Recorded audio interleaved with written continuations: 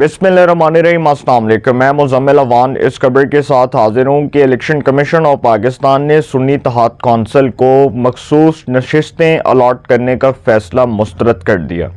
Election commission of Pakistan ने यह फ़ैसला 4-1 के तनासुब से सुनाया और ये जो फ़ैसला है इसमें उन्होंने लिख दिया है कि सुन्नी इत्तेहाद कौंसिल को मखसूस नशिस्तें अलॉट नहीं की जाएंगी सूबाई असम्बलियों के अंदर और कौमी असम्बली के अंदर। अब ये जो फ़ैसला है ये 4-1 के तनासुब से आया। 4 अरकान ने अक्सरियती फ़ैसला जारी किया जबकि एक रुकन जो थे उन्होंने इख्तलाफ किया। इलेक्शन कमीशन ऑफ पाकिस्तान का ये जो फ़ैसला है ये बहुत अहमियत का हामिल है और समझ लें कि ये जो PTI सुन्नी इत्तेहाद कौंसिल जिसने ये दरअसल दरख्वास्त दी हुई थी और उसके ऊपर फिर इलेक्शन कमीशन ऑफ पाकिस्तान ने फ़ैसला महफूज किया और महफूज फ़ैसला सुना दिया, तो ये बड़ा इंपॉर्टेंट फ़ैसला है। इलेक्शन कमीशन ऑफ पाकिस्तान ने आइन के आर्टिकल 53 की शिक 6 और इसके सेक्शन 104 के तहत ये फ़ैसला सुनाया।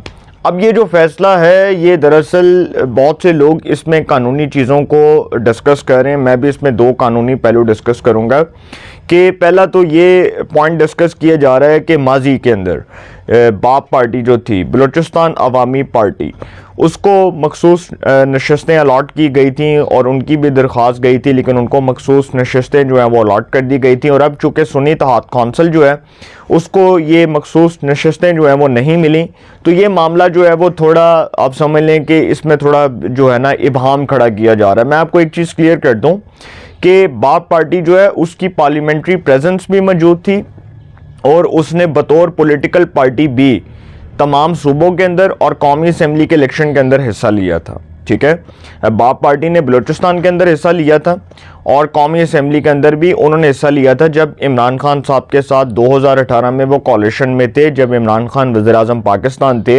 तो आपको याद होगा कि बाप पार्टी जो है उसके वज़ीर आला बने थे जाम कमाल साहब बलूचिस्तान के अंदर। ठीक है, और वफाक के अंदर वो हुकूमत की इत्तेहादी थी। ज़ुबैदा जलाल साहिबा जो है वो उसी पार्टी से ताल्लुक़ रखती थी जो परवेज़ मुशर्रफ के बहुत करीब थी, उनके बड़े जो है वो समझ लें कि करीबी जो है वो लोगों में शुमार होती थी।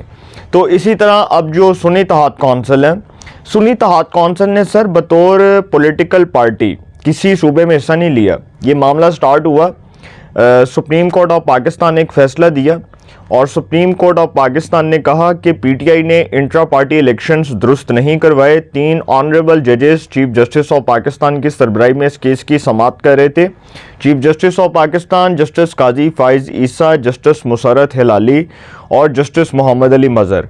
अब 3 जजेस ने तो आइन और कानून को देखकर फ़ैसला देना ना, उन्होंने आइन और कानून से हटकर तो फ़ैसला नहीं देना। तो उन्होंने आइन और कानून के मुताबिक ये फ़ैसला दिया कि जो PTI है उसने अपनी पार्टी में इंट्रा पार्टी इलेक्शंस दुरुस्त नहीं करवाए और उनके इंट्रा पार्टी इलेक्शंस को कलअदम करार दे दिया गया और उनके जो तमाम जितने भी लोग थे उनको इलेक्शंस में एज अ इंडिपेंडेंट कैंडिडेट की हैसियत मिली और उन्होंने as a independent candidate election contest किया। अब उसके बाद वो तमाम जितने भी लोग थे, उससे पहले ये जो चूँकि इंडिपेंडेंट इनकी हैसियत थी PTI के लोगों की, तो उसमें से जिन्होंने नॉन लीग में जाना था वो नॉन लीग में शामिल हो गए। उन्होंने नॉन लीग में शमूलियत का ऐलान कर दिया क्योंकि डेफिनेटली नॉन लीग इस वक्त सबसे बड़ी जमात बन चुकी है वफाक के अंदर और पंजाब के अंदर। वफाक के अंदर उनके पास 123 नशिस्तें हैं और पंजाब के अंदर आई थिंक 197-98 के करीब उनके पास सीट्स हैं। तो इसी तरह जो सुन्नी इत्तेहाद कौंसिल है उसकी बतौर पार्लियामेंट्री प्रेजेंस जो है वो तो नहीं थी। ठीक है ना, वो उसने जो है वो इलेक्शन से पहले अपने को कैंडिडेट्स खड़े किए। ये जो तमाम तर इंडिपेंडेंट कैंडिडेट्स थे इनकी हैसियत तो इलेक्शंस में आज़ाद थी और फिर उसके बाद ये गए हैं सुन्नी इत्तेहाद कौंसिल में। तो सुन्नी इत्तेहाद कौंसिल जो है इन लोगों की शमूलियत से पहले तो सुन्नी इत्तेहाद कौंसिल ने किसी को कोई टिकट जारी नहीं किया। साहिबजादा हामिद रज़ा साहब जो हैं वो तो सिर्फ अपने प्लेटफॉर्म पर लड़े थे, वो तो तहरीक इंसाफ के टिकट पर तो नहीं लड़े, वो भी आज़ाद हैसियत में लड़े क्योंकि वो तहरीक इंसाफ के हमायती थे, उनको तो वोट तहरीक इंसाफ के सपोर्टर्स ने दिया, उनकी अपनी तो कोई प्रेजेंस नहीं थी। तो इसी तरह ये जो अब एक इबहम खड़ा हुआ था कि जी सुन्नी इत्तेहाद कौंसिल को मखसूस नशिस्तें क्यों नहीं मिली, उसकी सबसे बड़ी वजह यह है कि इलेक्शन कमीशन ऑफ पाकिस्तान ने यह देखा कि इनकी पार्लियामेंट्री प्रेजेंस नहीं थी किसी भी सूबे में नहीं थी, ना पंजाब में थी, ना सिंध में थी, ना बलूचिस्तान में थी, ना KPK में थी और वफाक में भी नहीं थी। तो इस लिहाज से तो इनका सुन्नी इत्तेहाद कौंसिल का ये मौक़िफ़ तो गलत साबित हुआ और इलेक्शन कमीशन का फैसला मेरिट पर है। दूसरी बात कि जो मैं आपके साथ करने जा रहा हूँ, देखें, इमरान खान साहब की जो जमात है उसके तमाम तर कैंडिडेट्स की हैसियत इंडिपेंडेंट थी इलेक्शंस के अंदर, ठीक है। वो शामिल हुए सुन्नी इत्तेहाद कौंसिल में। अब सुन्नी इत्तेहाद कौंसिल जब इलेक्शन कमीशन को ये दरख्वास्त दे रही है कि उनको मखसूस नशस्तें अलॉट की जाएं और उनको रिजर्व सीट्स अलॉट की जाएं, तो सर वो सबसे पहले तो ये देखें कि उनकी पार्लियामेंट्री प्रेजेंस नहीं है और दूसरा वो कोई पॉलिटिकल पार्टी के तौर पर किसी सूबे में हिस्सा नहीं ले रही थी। सुन्नी इत्तेहाद कौंसिल की बात कर रहा हूँ, ठीक है। सुन्नी इत्तेहाद कौंसिल ने बतौर पॉलिटिकल पार्टी किसी भी सूबे के अंदर हिस्सा नहीं लिया। वफाक के अंदर जो उनके कैंडिडेट्स थे वो कोई नहीं थे। तो अब जाकर ये सारे जो हैं वो शामिल हुए सुन्नी इत्तेहाद कौंसिल में। जो इंडिपेंडेंट्स थे PTI के वो सारे शामिल हुए। PTI का इंट्रा पार्टी इलेक्शन होगा, उसके बाद ये PTI में जाएंगे। मतलब ये तो मजाक बन गया ना कि PTI ने इस पाकिस्तान के पूरे पॉलिटिकल सिस्टम को मजाक बना दिया। सुन्नी इत्तेहाद कौंसिल ने इस पाकिस्तान के पूरे पॉलिटिकल सिस्टम को मजाक बना दिया। और उसके बाद अब इलेक्शन कमीशन, जिसको अदालती इख्तियारात हासिल हैं, जिसको अदालत के इख्तियारात हासिल हैं, तो उसको आप ये कहेंगे जी ये तो हुकूमत की बी टीम है, ये तो ऐसे है। जब इनके हक में फैसले आए थे तब वो बहुत अच्छे थे। इमरान खान के दौर में उन्हीं के हक में फैसले आए सर। इसी इलेक्शन कमीशन की वो तारीफ़ किया करते थे। वो हमारे दोस्त थे आदिल अब्बासी, वो जो एंकर पर्सन है, हमारे बड़े अच्छे दोस्त हैं। तो उनके सामने इमरान खान साहब तारीफ़ किया करते थे और तारीफ़ों के पुल बांधते थे कि जो चीफ इलेक्शन कमिश्नर है ये बहुत अच्छा बंदा है और ये बहुत ऑनेस्ट और ये बहुत इंटेग्रिटी वाला बंदा है, इसकी ईमानदारी और इसकी दयानतदारी पर कोई उंगली नहीं उठा सकता है। सुबहान अल्लाह। तो उसके बाद खुदी उंगलियां उठाना शुरू कर दी, खुदी उनके ऊपर इल्ज़ामात लगाना शुरू कर दिए, खुदी उनको क्रिटिसिज्म की जद में लाए, खुद उनको क्रिटिसाइज करते रहे, वो उनको तनकीद का निशाना बनाते रहे।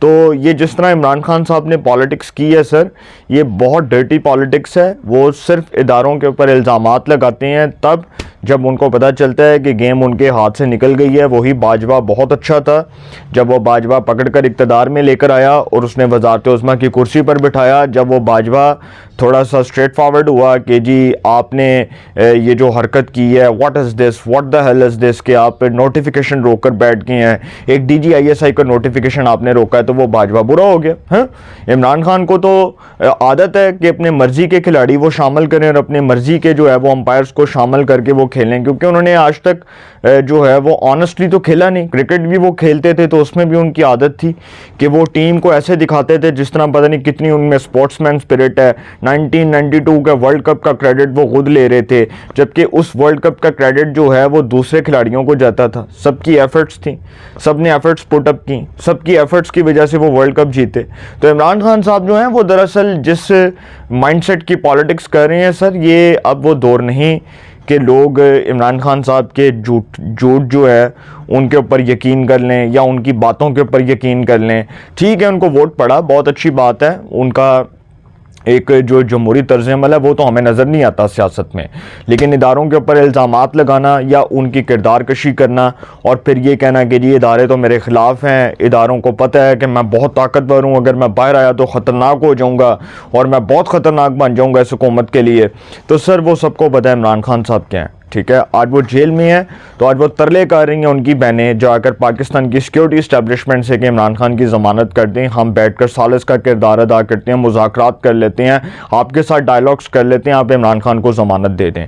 लेकिन इमरान खान को साहब को ज़मानत तो नहीं मिलनी, क्योंकि जो उनकी हरकतें हैं, जिस तरह उन्होंने फिर अपने कारकुनों को कहा कि जारहाना मूड अपनाओ, और 9 मई के ऊपर मैं फिर आपके साथ एक व्लॉग करूँगा, बड़ा इंपॉर्टेंट जो कोर कमांडर कॉन्फ्रेंस हुई है उसके हवाले से बड़ी अहम बातें आपसे डिस्कस करूँगा।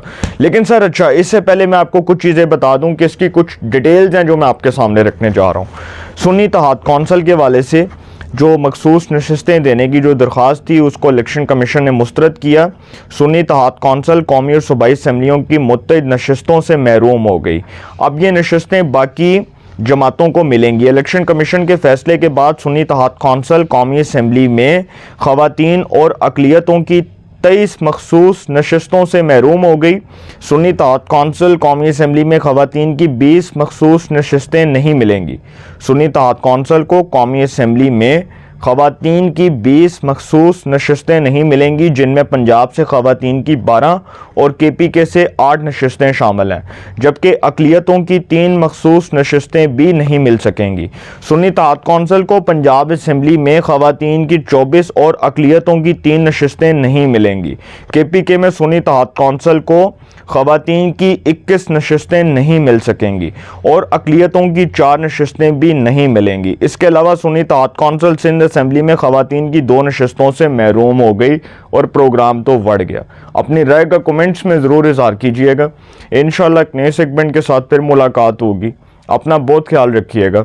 अल्लाह निगहबान।